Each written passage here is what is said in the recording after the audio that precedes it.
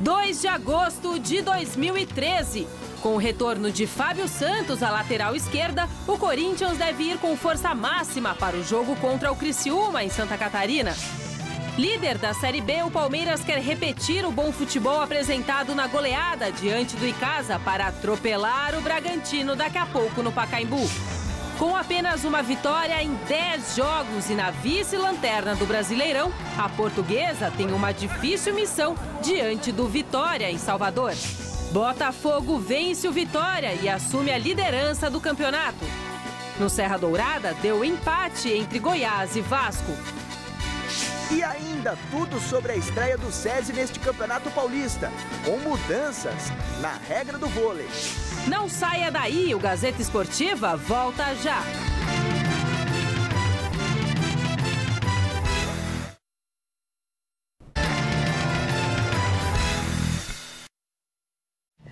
Olá, olá, boa noite. O Botafogo é o novo líder do Brasileirão. A equipe carioca venceu o Vitória no Maracanã, chegou aos 20 pontos e com uma vitória a mais que o Coritiba, que também tem 20 pontos, assumiu a liderança da competição. No Serra Dourada, deu empate entre Goiás e Vasco. Veja os gols.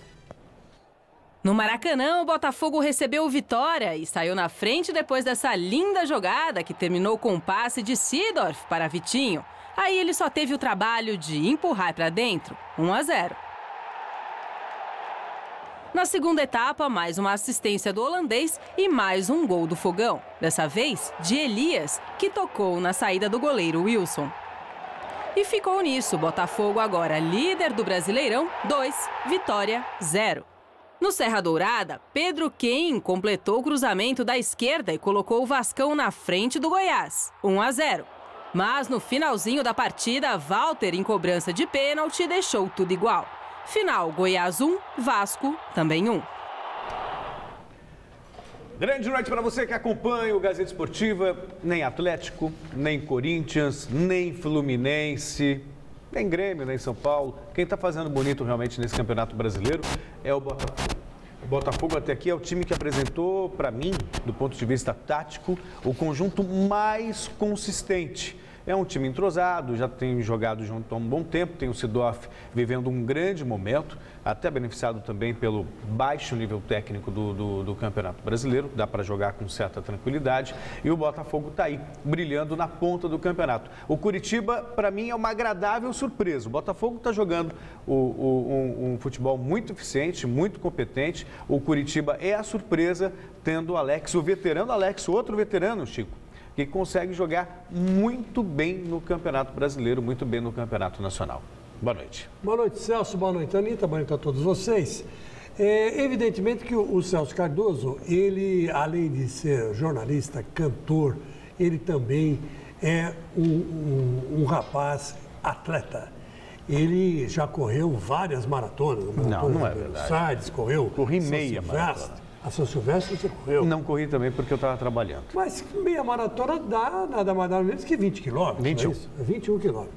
Então você sabe muito bem que o segredo do maratonista é não dar tudo que pode no começo da corrida, porque lá pela metade vai faltar gás. Então o campeonato de pontos corridos é mais ou menos a mesma coisa. Quem dispara na frente geralmente não segura as pontas. Geralmente, hein? Estou dizendo geralmente. Eu me lembro muito bem que não aconteceu isso com o Cruzeiro do Luxemburgo, que disparou logo de cara no começo do campeonato em 1900 e lá vai fumaça e acabou campeão. Mas aconteceu isso com o Corinthians. O Corinthians, em 2011, ele fez 9 jogos, ganhou 8 e empatou 1. Né? Então, quer dizer, aí depois perdeu 5, mas no final foi lá e ganhou 7, aí foi campeão. Então, quer dizer que campeonato de pontos corridos, até a 15ª rodada do primeiro turno, é bom você olhar para ele com olhos desconfiados, porque nem sempre é o que vai ficar aí. Entendeu? Eu acho que tem times aí que vão reagir bem. É o caso do Corinthians, é o caso do Fluminense, agora com o Luxemburgo. Eu acho que também vai crescer muito o Internacional de Porto Alegre. Enfim, são alguns times que têm tudo para dar certo. Até o São Paulo, eu acho que sai da crise e sai bonito e se bobear até luta por uma vaga na Libertadores.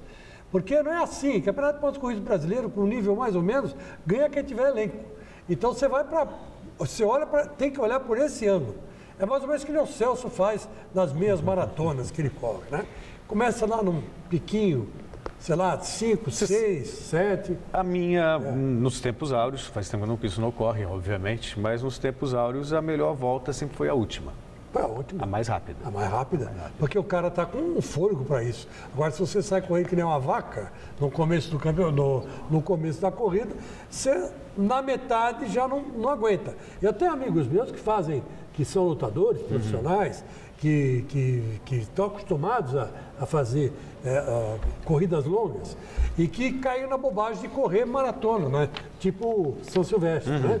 Que são, não é nada mais ou menos, são 15 quilômetros. É quilômetro pra caramba, e aqui é muita subida, muita descida. O cara precisa ter fôlego. Eles aguentaram, saíram no meio da competição, e quase todos eles são profissionais, né? Então, pra você ter uma ideia como tem que saber fazer para dar tudo certo, viu, Anitta? Tá bom.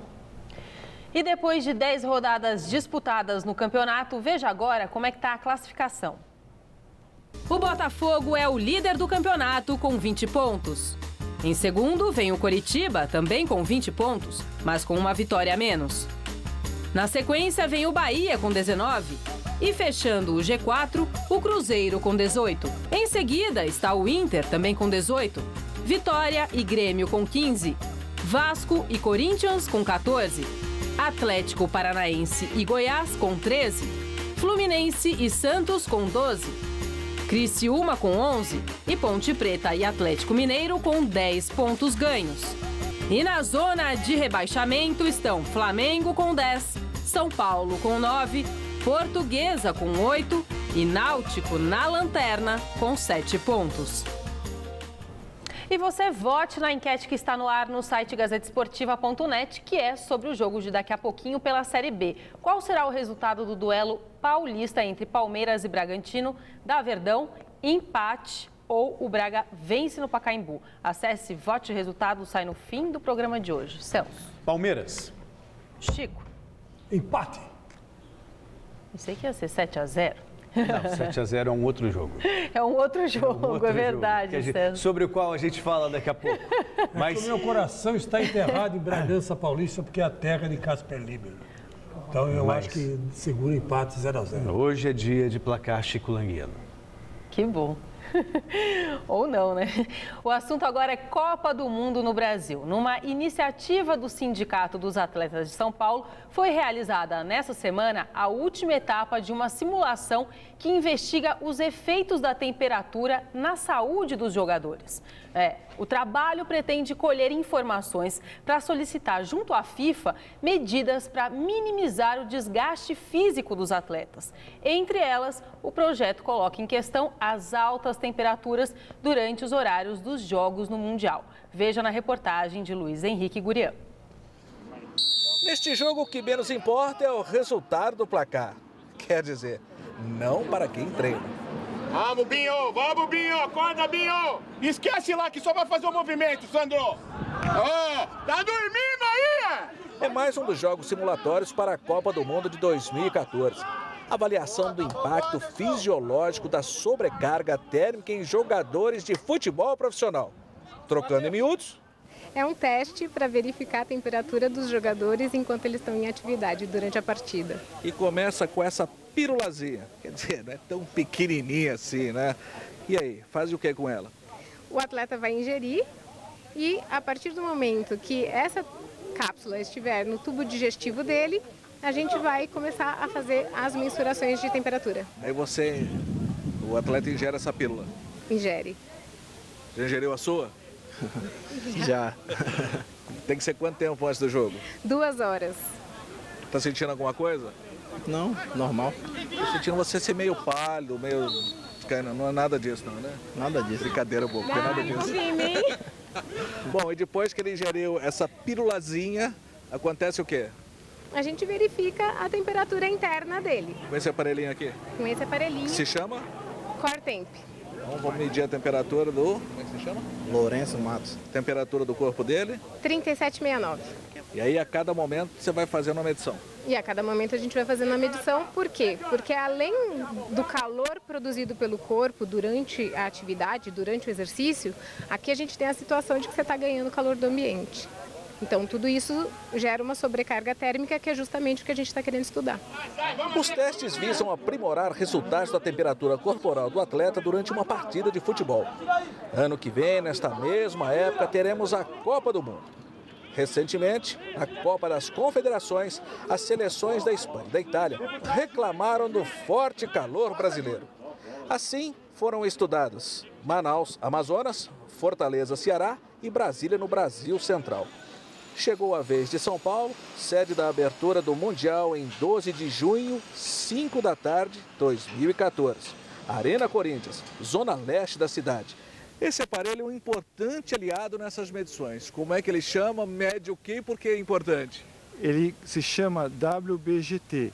Ele é um termômetro de globo para umidade e temperatura do ar seco. Esse termômetro, ele vai avaliar o estresse que o ambiente produz sobre os jogadores de futebol. Quando esse valor de estresse térmico está acima de 18, nós já temos um índice que precisa atenção, né? Valores corrigidos. Temperatura, 31 graus e meio. Estresse térmico, 13,7.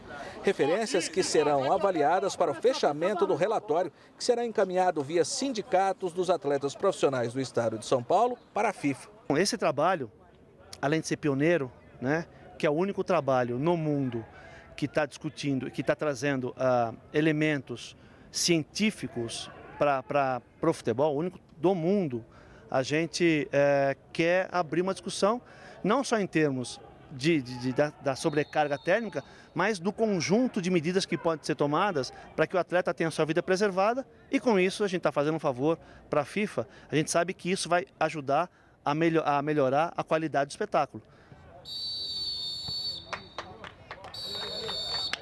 Apito final também de mais um teste com o objetivo de melhorar a condição da Copa do Mundo de 2014. Dr. Turíbio Leite Barros foi quem coordenou todos os trabalhos até aqui. Agora, em uma semana, espera entregar um relatório para que os sindicatos levem até a FIFA. Mas de antemão, doutor, já dá para chegar a alguma conclusão ou qualquer coisa que se diga agora será empírico? Na verdade, agora é a hora de chegar às conclusões, né? Agora é a hora de analisar esses 4 jogos, onde nós pudemos explorar todas as alternativas, temperatura elevada com umidade alta, temperatura elevada com umidade muito baixa, efeito de parada técnica durante a atividade no primeiro tempo e no segundo tempo, e com toda certeza uma quantidade de informações muito rica que eu acredito possa ser bastante útil para a tomada de decisões a respeito dessa questão. Isso, então, esse trabalho que o senhor faz agora vai ajudar e muito. A gente com certeza espera que esses dados sirvam para prevenir situações que, sem dúvida nenhuma, todos nós queremos evitar. Bom, meus amigos, está aí um dos baluartes da medicina esportiva aqui no Brasil. O homem que é um fisiculturista, né? Trata de fisiologia, melhor dizendo, mas é um bambambam. É um grande experto, imitando um pouco o Márcio Bernardes, né? Nosso querido Márcio Bernardes, que é da Rádio Transamérica, que tem essa expressão bambambam quando o cara é bom, não é verdade? E o Turíbio é o melhor de todos. É um teste maravilhoso esse, porque você fica sabendo, né, o quanto o corpo humano vai aguentar. Isso é bacana, porque vai ser dados importantes não para nós brasileiros, que estamos acostumados com o clima daqui, né? Mais ou menos, né? Eu nasci em São Paulo, vivo aqui há 39 anos e estou toda hora gripado, doente, não tem jeito. Mas você imagina então os europeus que estão acostumados ou com a temperatura muito alta ou com a temperatura muito baixa, ou com uma temperatura alta, úmida, ou com uma temperatura baixa, seca. Quer dizer, para eles vai ser importante saber como é que reage o organismo ou como reagiu o organismo depois desses testes, todos eles detalhados aí pelo nosso querido Turíbio Leite, né? Então eu acho isso muito bacana, muito legal, é um avanço da medicina, isso serve até, eu acredito, meu querido Celso Cardoso, que um dia a medicina vai prolongar muito a nossa vida. muito a nossa vida. Já prolongou bastante. Já prolonga muito. A expectativa de vida hoje é mas eu muito acho que maior. um dia vai chegar a 500 anos, 1000 anos. Só... 1000 anos? Eu acho que sim. Eu acho que sim. Eu não quero. Depende, se o mundo estiver bom, tá tudo bem, né? Se todo mundo viver satisfatoriamente legal, né? Viver com aparência jovem e não decrépito caindo aos pedaços, porque também é bom morrer mesmo, tá verdade? Perder a memória, essas coisas, não, mas vai viver bem. Eu acho que vai viver bem. E vai começar já passando dos 100 anos aí, talvez virando esse século aqui. Passando dos 100 anos. O ser humano nasceu para viver 120 anos. O que não deixa o ser humano viver 120 anos é o estresse da sociedade moderna. Isso aí não sou eu que falo. Qualquer psiquiatra e qualquer fisiologista, qualquer um fala para você. Se a gente vivesse na floresta como deveria, né, caçando, pescando e amando e procriando, a gente viveria isso, mais ou menos, não é verdade? Mas a questão é que não, a gente tem esse maldito do estresse moderno, da vida moderna. Então você tem que correr atrás do trabalho, essas coisas. Nós não nascemos para isso. Nós nascemos para suar, para transpirar, para nadar, para, caçar, correr atrás de leão, matar literalmente um leão por dia. Literalmente, né? Não é matar na ficção, é matar por dia mesmo. Mas, infelizmente, veio aí a sociedade. Hoje o trabalho enobrece o homem, coisas que a gente acabou de ver, a civilização e tudo mudou. Mas o turismo brasileiro está tentando resgatar e fazer uma mescla de civilização com o que nós ainda somos, né? Seres humanos que temos que saber comer, tem que saber correr, tem que saber, né, viver um total. E isso aí vai ajudar muito a gente a sobreviver, né? E se Deus quiser, um dia chegaremos a viver 1000 anos. Já pensou você aguentando o Celso Cardoso comentando 1000 anos? 1000 anos, eu não vejo a hora. Do mundo acabar, Eu acho até legítima essa preocupação com o bem-estar do atleta profissional, mas, sinceramente, me chama muito a atenção. Você vive num país em que os clubes estão devendo salários, tem jogador que está sem receber, vários clubes grandes estão sem pagar. Aí o sindicato dos atletas profissionais está preocupado com os europeus que vão jogar à 13h na Copa do Mundo no Brasil. Alguma coisa está errada. Alguma coisa está errada. Eu não estou contra o trabalho. Eu acho que o trabalho é legítimo. Entendi. Só que o sindicato tem outras prioridades. Quer dizer, é inaceitável você ver clubes devendo.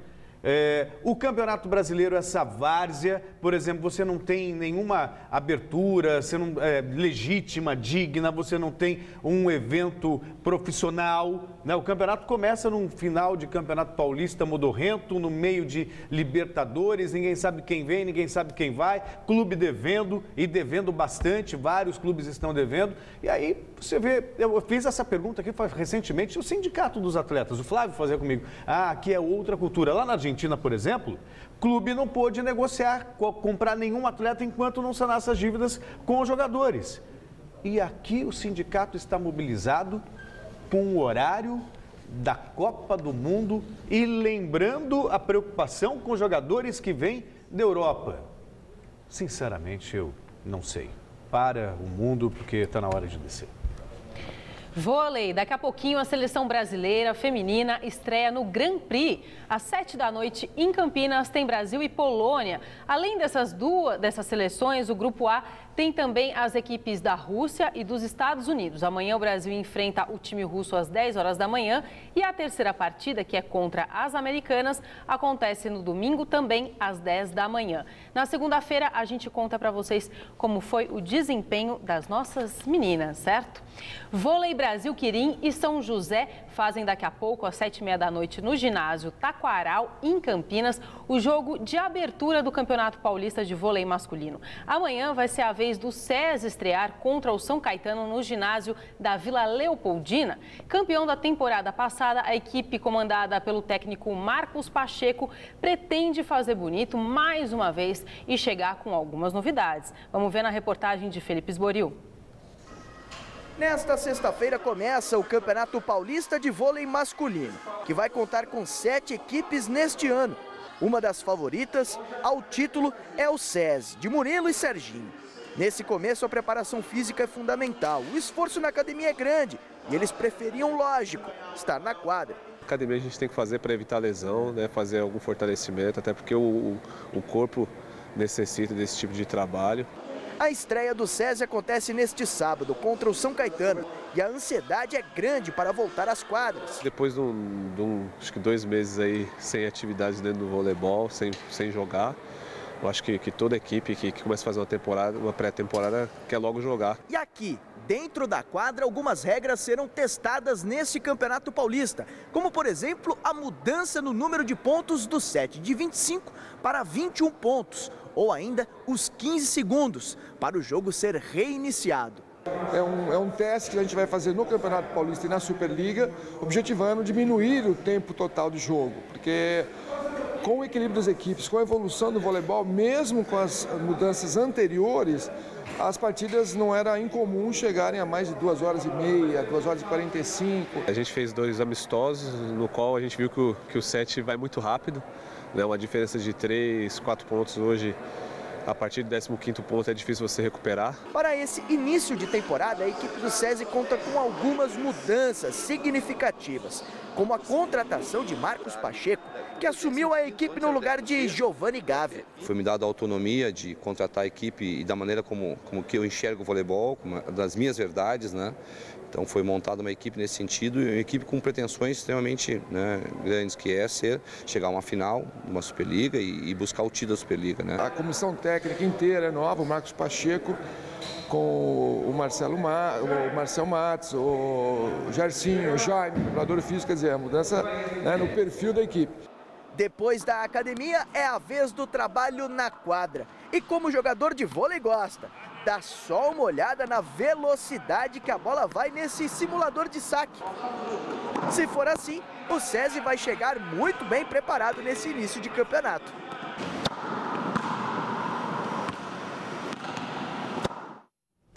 E você que acompanha o Gazeta Esportiva, fale com a gente, mande a sua mensagem. Você pode dar um alô pelo nosso Twitter, que é @gazesportiva, pelo meu, que é @AnitaPasques, pelo do Celso Cardoso, que amanhã sai de férias, vai viajar, curtir com a família, que é? Celso Cardoso, @Celso Cardoso. Então, é Celso Cardoso. Isso. Celso Cardoso. Ah, tá, que eu não fiquei confusa se era antes ou se era depois. Tá, continua, Chico. O meu é @ChicoLangReal. Tá, e aí você também pode ir lá no YouTube, conhecer o nosso canal, rever os programas, enfim, youtube.com/Gazeta Esportiva TV, e no Facebook, a nossa página é facebook.com/GEsportivaNet. E domingo, hein? Domingo, a partir das 9h30 da noite, tem Mesa Redonda Futebol Debate, com tudo sobre mais uma rodada do Brasileirão, as excursões de Santos e São Paulo, matérias especiais, além das presenças no estúdio do doutor Marco Aurélio Cunha e do pentacampeão Edmilson. Então, você não esqueça, anote aí, domingo, 9h30 da noite, Mesa Redonda Futebol Debate. Vai ser bom, hein, Chico? Ah, vai. A gente preparou matérias muito legais para você, né? E, com certeza, Flávio Prado, Vanderlei Nogueira, eu e o Godoy e a Anitta estaremos aí para dar o máximo que pudermos. Porque você sabe como é que é. A gente vai atrás sempre de novidade, né, Celso Cardoso? É isso aí. E você falou de... Antes de eu falar de uma novidade importante, você falou... A Anitta falou, né? Vai destacar a excursão de São Paulo e Santos. Eu diria, vai destacar o vexame de Santos e São Paulo. Mais detalhes ainda hoje no Gazeta Esportiva. Você não pode perder. Olha, acabou agora há pouco o amistoso entre Barcelona e Santos no Camp Nou, e o time da Catalunha atropelou sem dó. Goleada de 8-0. Você ouviu bem, tá? 8-0 com 4 gols em cada tempo. No reencontro com os ex-companheiros, Neymar começou no banco de reservas e entrou na segunda etapa. Ele acertou uma bola na trave e deu uma assistência para um gol do Fábregas, mas não balançou as redes. Meninos, que tal aí esse jogo? Bom, minha querida Anitta, evidentemente o jogo foi uma piada, né? O jogo foi uma gozação. Eu acho que se o time do Santos, que naquela época, há 2 anos atrás, estava muito bem armado, sentiu uma dificuldade terrível, levou um baile do Barcelona, imagina agora com esse monte de garoto que aqui jogando na Vila Belmiro é uma coisa, jogando no Pacaembu é uma coisa, marcação aqui é uma coisa. Agora, o Barcelona não deixou o Santos dar um chute a gol. Um chute a gol, gente. No primeiro tempo lá na Lua. Mandou no primeiro tempo na Lua. Os jogadores o Léo fez um gol contra, cara. O Léo fez um gol contra. Quer dizer, é uma fragilidade para sair daqui, para ir para lá. Era bom ter ficado aqui. Deixa o Barcelona pegar lá o Gdansk, pegar lá um time qualquer, o Sevilha da Espanha, qualquer um. Menos de sair daqui para dar vexame. E ir para lá e perder de 8-0. E olha que o Santos está indo bem no Campeonato Brasileiro. Ter feito até que um bom papel. Perdeu outro dia aí, da Ponte Preta por 1-0. E olhe lá, né? Quer dizer, o futebol brasileiro em relação ao espanhol, em termos de clube, hein? O Brasil ganhou da Espanha 3-0. Mas em termos de clube, não dá para comparar, cara. Não dá para comparar. Faz um misto de São Paulo e Santos para jogar contra o Barcelona, vai perder de 8-0 também. Quer dizer, foi um baile. Bola para lá, totozinho para cá. Só faltou, sabe o quê? O Messi deitar no chão e ficar fazendo bolinha assim, com o pé. O resto ele fez. Uma vergonha. Então, tem que pensar bem. Para excursionar, para fazer feio lá fora, é para excursionar hoje e voltar daqui 10 anos. Quer dizer, não é assim, né? Em vez de abrir mercado, fecha, né? É um vexame danado, poxa vida. Para quem não está acostumado, e as pessoas não estão acostumadas lá fora a acompanhar o Campeonato Brasileiro, só vai saber de time brasileiro no final de Mundial de Clubes da FIFA, quando ganha a Libertadores. Agora o Campeonato Nacional, ninguém acompanha. Aí de repente vai lá o São Paulo, joga, a gente vai falar daqui a pouquinho, perde as 2 partidas. O Santos toma de 8, o que mostra, para acabar um pouco essa soberba de brasileiro, de falar... esses europeus não jogam nada, a gente vai lá e joga com o pé nas costas. A gente viu aí, 8-0. O Santos não viu a cor da bola.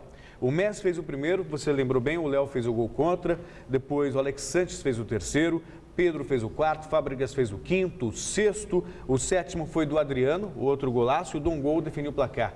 8-0 e por muito pouco ainda o Neymar não fez o 9º gol. Estava aqui acompanhando, vendo a Gazeta Esportiva e acompanhando também o jogo até por dever de ofício. Mas que foi feio, foi feio. Isso prova que o Santos, sem o Neymar e sem todos os outros jogadores que já saíram na temporada passada, luta para não cair no Campeonato Brasileiro. Foi um vexame histórico. É o que eu falei no comecinho aqui do programa. O Campeonato Brasileiro é um campeonato muito perigoso de se jogar, porque quem dispara na frente, logo de cara, e não tem lá muita segurança, chega lá pelo meio, começa a perder e não para mais. Então é melhor você perder no começo ou ir mal no começo e crescer no decorrer da competição, do que você dar uma disparada e de repente cair. É o que eu acho que vai acontecer com o Botafogo, do Seedorf, eu acho. A hora que o Seedorf parar de jogar, dar uma distensão nele e ele ficar um mês parado, que já vai dar. O cara não é o Super-Homem, né, meu? Não é o Wolverine, né? Tá, o Wolverine não é. Você já foi ver o filme do Wolverine? Eu já vi, sim. Ele é bem bonito, né? Não, digo, o Wolverine, o filme dele, o Wolverine, o Imortal, não foi ver ainda? Sim, já. Vai que é muito legal. Quem não foi, vai, viu? Que é muito ele bom. não é assim jovem que nem o Celso, né? Não é jovem que nem o Celso. Mas é um negócio seguinte, é isso aí. Futebol brasileiro, um fracasso. Essa é a grande verdade. São Paulo e Santos estão envergonhando o futebol brasileiro. Isso eu não abro a mão de dizer. Pode ficar bravo, pode me xingar, pode fazer corpo. Eu quero que vocês se dane todo mundo. A verdade é essa.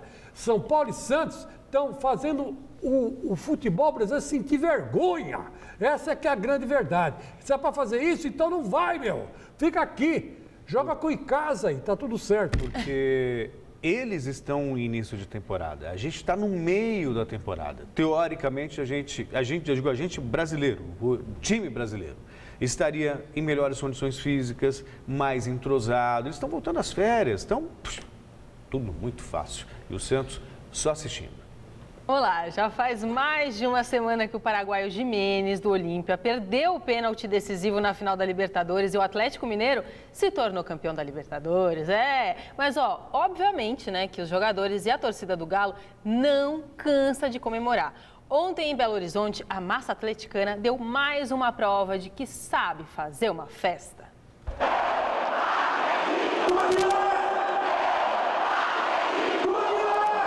E o que eles acreditavam tanto virou realidade há mais de uma semana. A tão sonhada Taça da Libertadores é do Atlético Mineiro e parece que só faltava ela para essa festa. Falta só você nessa festa, mas essa festa é só zoeira, é só zoeira, é só zoeira. Funk, pagode e cerveja, a noite inteira, a noite inteira. Os jogadores do Galo desfilaram em carro de bombeiro nas ruas de Belo Horizonte antes de chegarem à Praça 7, marco zero da capital mineira, onde receberam o carinho dos torcedores. Ninguém podia ficar parado.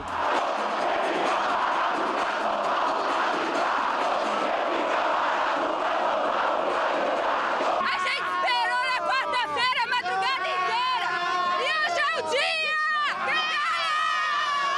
Sim, pra fechar com chave de ouro. Quem falou que o Galo nunca ia ser campeão, essa é a resposta que o Galo dá pra torcidas e adversárias. E, ó, bica Galo, quem é Galo doido? No palco, quem comandou a festa foi o músico Tuca Fernandes. Mas a galera vibrava mesmo era quando os jogadores falavam ao microfone. Ronaldinho Gaúcho e Cuca agradeceram a massa. Não tenho nem palavras para agradecer o tamanho e carinho que vocês tiveram comigo desde o primeiro dia. No momento mais difícil da minha vida, da minha carreira, vocês me abraçaram. E a minha maior alegria é poder, junto com meus companheiros, ter dado esse presente. Então, não vou esquecer vocês nunca mais por tudo que eu vivi aqui.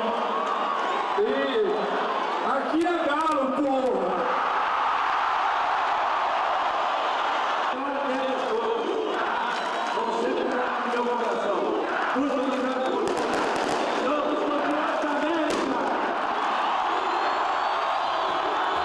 O clima era de festa, muita alegria por um título histórico.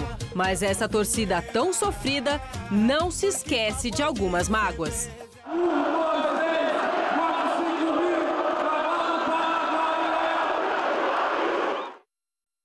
Bom, meus amigos, evidentemente a torcida mineira tem toda a razão de fazer festa, ganhar uma Libertadores realmente é muito bom. Agora, vamos ser sinceros e honestos, né? Esse time do Galo é um time formado por renegados, né? O Ronaldinho Gaúcho, quando acabou o jogo e acabaram as cobranças de pênalti, saiu todo feliz, comemorando o título, falou, a gente era um time de renegado, tá aí a nossa prova, ganhou. Mas era um time de renegado, Ronaldinho. Você não deu certo no Flamengo, o jogo não deu certo no Internacional, o Tardelli teve que voltar, porque lá fora estava sendo uma porcaria. Quer dizer, apareceu o Bernard, trouxeram o moleque que jogava lá no São Paulo, qual é o nome dele? O menino que jogava no meu campo de São Paulo. O Josué? O Josué, que era o outro também, que já foi para fora. Quer dizer, é um time montado meio assim, né? O goleiro também lá grande coisa, pegou pênalti, mas saiu em cima do cara, o cara chutou o pênalti em cima dele. Quer dizer, foi uma conquista na raça, uma conquista na porrada. Isso foi mesmo. Isso a gente tem que admitir. Que o Galo ganhou essa metendo espora em todo mundo, e foi mesmo. Ganhou na raça. Parabéns. Mas, infelizmente, não é um time assim de arrancar suspiros, né? Como diz o Vanderlei Nogueira. O meu suspiro não arranca. Tem uma ou outra jogada muito legal, né? Mas, infelizmente, um time que começou tropeçando naquele time mexicano lá, o Tijuana. Aí veio caindo. Ganhava fora, ganhava em casa, perdia fora. Perdia fora, ganhava em casa. Quer dizer, é fogo. Foi difícil essa Libertadores. Então, paciência. Festejem, porque merece. Ganharam meio na sorte esse negócio.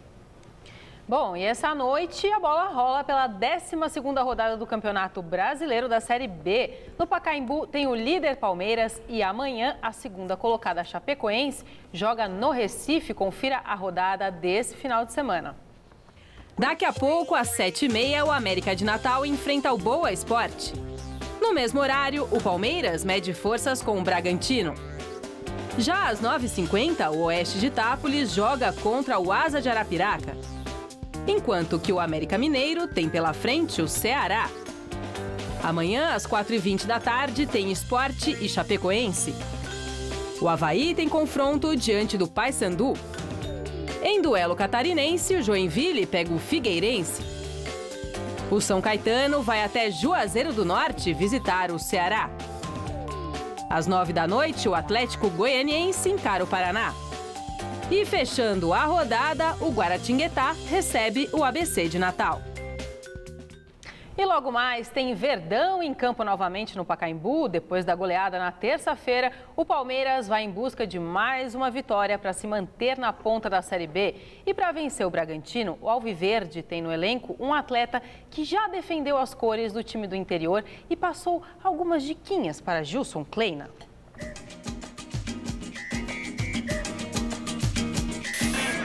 Uma dúvida e uma certeza. Valdívia voltando à equipe e o goleiro Fernando Braz com uma torção no tornozelo, podendo ficar de fora. Nada que afete a confiança do líder da Série B e que pega o Bragantino logo mais no Pacaembu. O time tem muita experiência, conheço alguns jogadores de lá, acho que nos últimos anos assim, é muito conhecido pela bola parada. Acho que a gente vem trabalhando muito isso semana, por algumas eventualidades nossas, assim, alguns erros nossos. Mas a gente está preparado para esse jogo, para esse tipo de situação também. E por falar no adversário, esse jogador conhece como ninguém o Bragantino. Afinal, esteve por lá durante todo o ano de 2011. Joguei lá, 2011, Série B. É um time, como eu falei, um time com muita experiência. Tem jogadores alto nível lá também, né?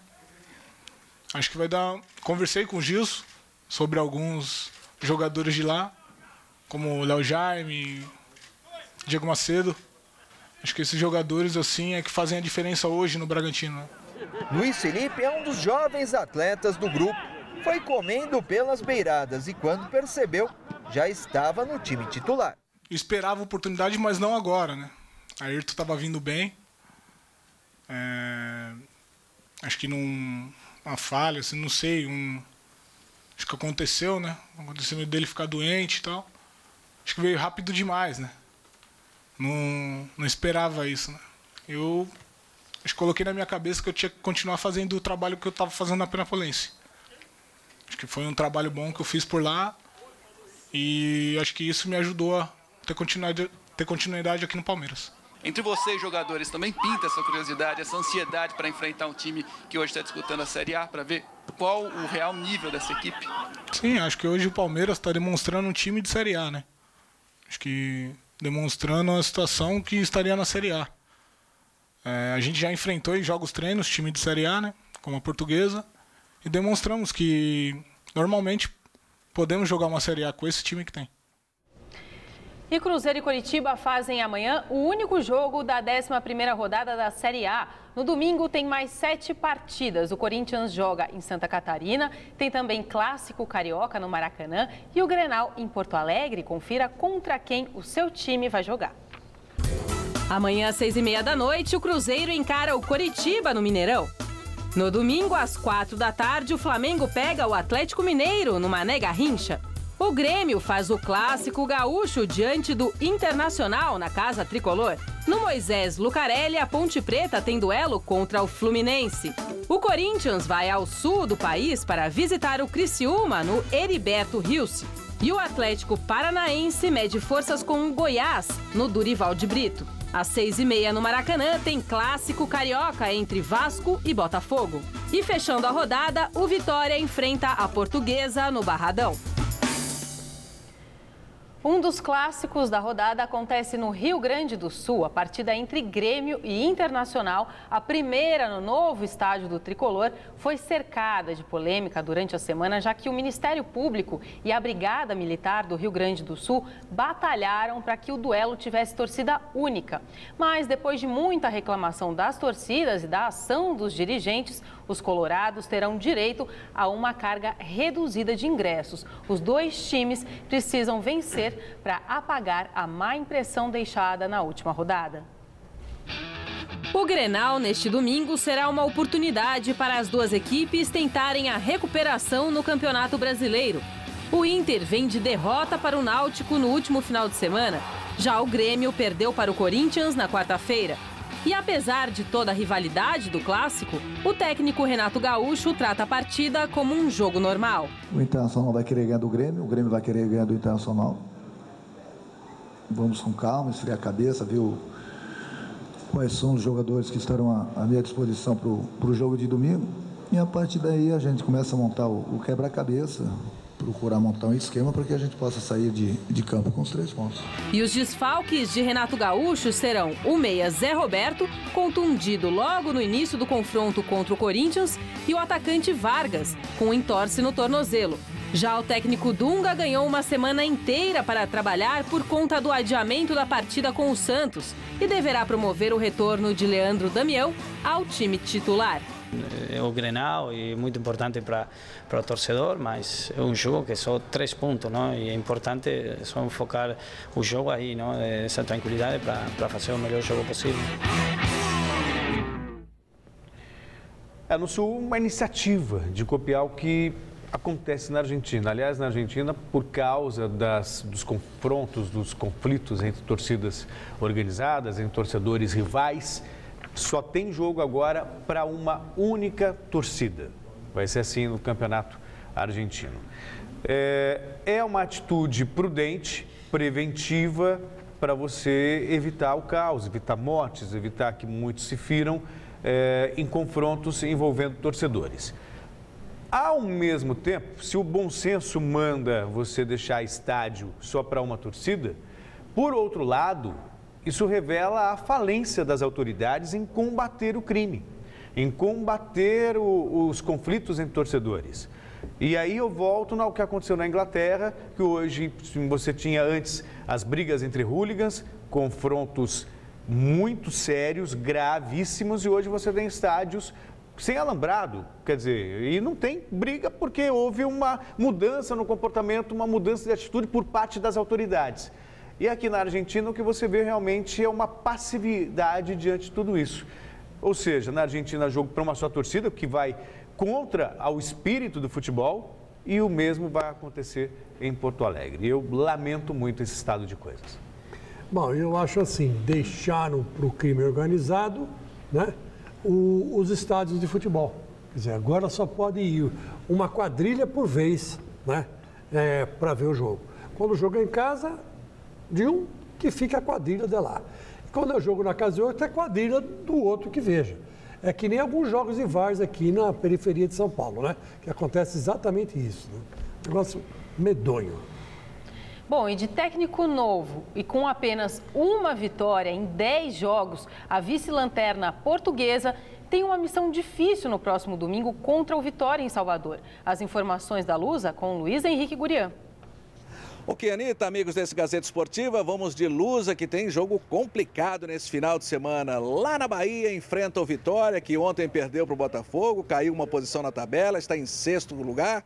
E a Lusa, que está na 19ª colocação, é o segundo jogo do Guto Ferreira, que já mostrou serviço no empate que teve em cima da hora dentro de casa. Tomar um gol depois dos 47 é duro. Mas pelo menos, Guto, eu assisti o time, eu vi uma portuguesa mais tranquila e com todo respeito ao treinador anterior. Atuando parece que mais consciente, mais sabedora do que tinha que fazer em campo. A gente agradece aí o reconhecimento de alguma coisa que foi feito, né? Até pelo tempo, tudo isso só foi possível devido ao comprometimento dos jogadores. Você deu um treino, né? 2? Basicamente, né? Basicamente, um treino e meio. Mas eu acho que quando existe comprometimento e intenção daquilo que se quer, sabedoria daquilo que se quer, muita coisa que falta passa a ser superado, né? Logicamente você não consegue colocar tudo em prática, mas já se alcança alguma coisa. Eu acho que o mérito de tudo isso são dos jogadores. Bom, essa olhadinha que o Gordo deu para a esquerda aqui foi para falar para o Canhete, que é argentino e vai pegar o artilheiro do campeonato, o Max Biancucci. Primo do Messi. Eu falei, primo do Messi, e daí? Se fosse primo do Canhete, que era o problema. Não. Eu sei que a gente sabe que é um jogo muito difícil, a gente quer sair do lugar que a gente está. Está muito difícil, já tem um buraco, mas a gente sabe das qualidades dos jogadores que a gente tem. Tem como lutar para sair daí e eu acho que a gente vai conseguir lá. Marques, pra Joe. Aí você já pega e arma um contra-ataque ali. Hay que falar em espanhol, tentar tirar ele do jogo, né? A gente sabe que é o artilheiro do campeonato, mas a gente tem que fazer uma boa partida para conseguir os 3 pontos. Você vai de Canhete, quem mais? Manhã cedo só, né? Acho que domingo na hora do jogo. Ô Souza, tô falando aqui com o Guto, ó. Ele falou que é você, o Canhete e cumprir o objetivo lá, que é ganhar, né? O futebol fosse tão simples assim, né, Gu? Ô, Gudiana, não é tão simples assim não. Mas acho que o Guto chegou aí, tá dando um padrão de jogo para a equipe. A gente tem certeza que daqui para frente aí vai ser vida nova e o time vai encontrar o caminho da vitória. Quando você começa a subir uma escada, tem que passar pelo primeiro degrau e depois pelos outros. O português ainda está se limitando a andar os primeiros degraus, enquanto tem gente que já está correndo a escada. Nós temos que aprender a andar logo nessa escada aí para poder acompanhar o ritmo de quem está correndo na frente. Ok, obrigado ao Guto Ferreira, técnico da Lusa, muito obrigado ao Canhete, também ao Souza, nas imagens de Márcio Gabriel e também Fábio Salles. Eu, Luiz Henrique Gurian, falei da Lusa do Canindé, que pega o Vitória domingo, 6h30 da noite, lá na Bahia, aqui no Gazeta Esportiva. Corinthians, a vitória sobre o Grêmio encerrou o jejum de triunfos do Timão. Contra o Criciúma, o Corinthians quer vencer para continuar subindo na classificação. Osmar Garrafa tem as notícias do Alvinegro. A vitória frente ao Grêmio no meio de semana aproximou o Corinthians da parte alta da tabela. Neste momento, a diferença para o líder do Campeonato Brasileiro, o Botafogo, é de 6 pontos. A zona de classificação para a Libertadores está a 4.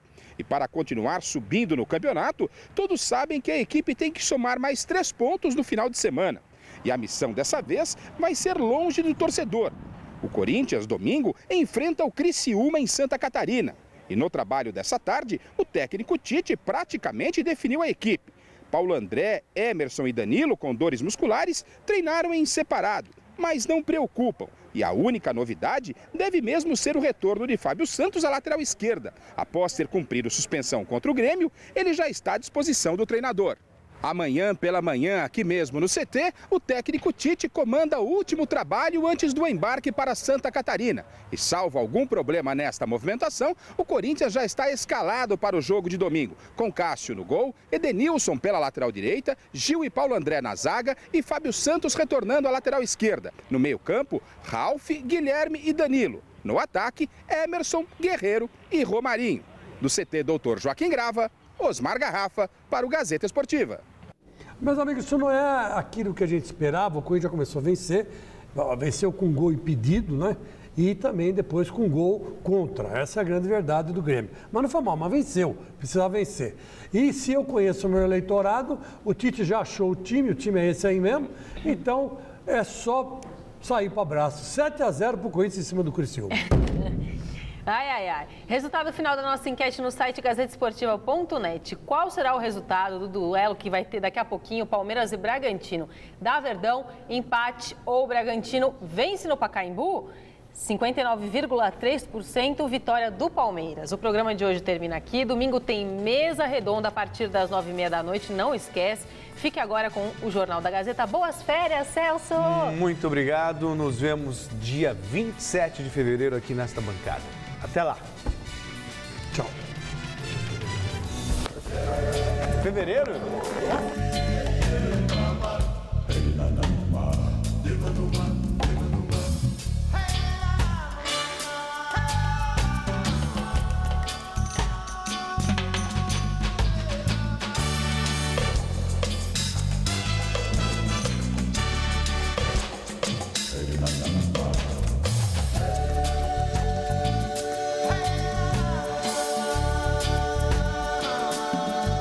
Gazeta Esportiva.